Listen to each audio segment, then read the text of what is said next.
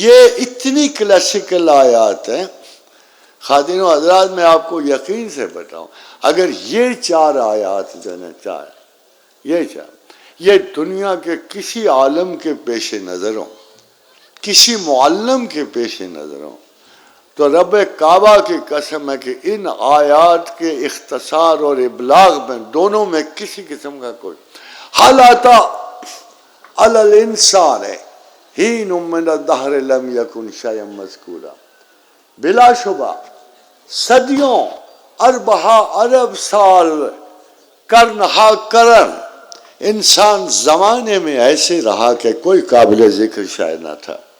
اور ایک آیت دوسرے کو ایکسپلین کرتی ہے، اِنَّا خَلَقْنَا الْإِنسَانَ مِن نُطْفَةٍ أَمْشَاجٍ، پھر میں نے اسی انسان کا نطفہ مخلوط کر دی.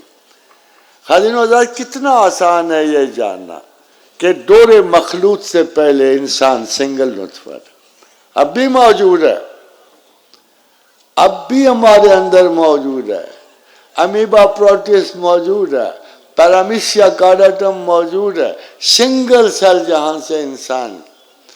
بڑی مدت ہوئے تاریخ حیاتیات کی اس ایک اچھے نوبل پرائز یافتہ مصنف نے کہا تھا کہ پرہیپس اس سے مراد یہ ہے کہ کسی گلے سڑے پانی کے گندے تالاب میں کائی کے بیچ، بدبودار کائی کے بیچ کہیں انسانی نطفہ بھی چھپا تھا، سنگل سیل. پھر اللہ نے اسے عزت بخشی، اِنَّا خَلَقْنَا الْإِنسَانَ مِن نُطْفَةٍ أَمْشَاجٍ، میں نے اسے ڈبل سیلولر کر دیا. ابھی بھی نہیں، ہم ارادہ کر چکے تھے کہ اس کو اور آگے بڑھائیں گے. تو پھر نبتلیہ، وہ تو بہت بڑا سائنسدان ہے، اتنا بڑا سائنسدان ہے. اب کبھی غور کرتے ہو خدا ڈرا تو نہیں رہا کسی کو؟ وہ کسی کو نہیں ڈراتا، وہ تو آپ کو یہ کہتا ہے کہ ہو والاول والآخر والظاہر والباطن، میں ہی اول، میں ہی آخر، میں ہی ظاہر، میں ہی باطن.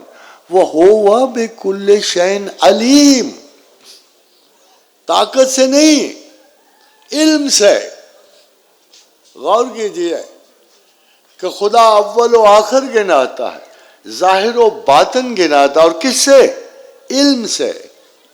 بخدا رب کعبہ کی قسم ہے، اگر انسان جانتا ہو تو اس کے لیے اس سے بڑے فخر کی کوئی بات نہیں ہے کہ کوئی اس سے بہتر علم والا آسمان پہ موجود. واللہ یعلم وانتم لا تعلمون، اللہ جانتا ہے اور تم نہیں جانتے.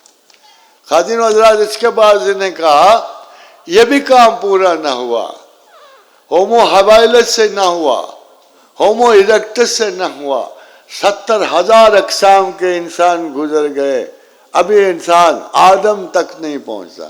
جب پہنچا تو اس کو ایک مقصد بتایا، اِنَّ هَدَيْنَاهُ السَّبِيلَ اِمَّا شَاكِرٍ وَإِمَّا كَفُورًا.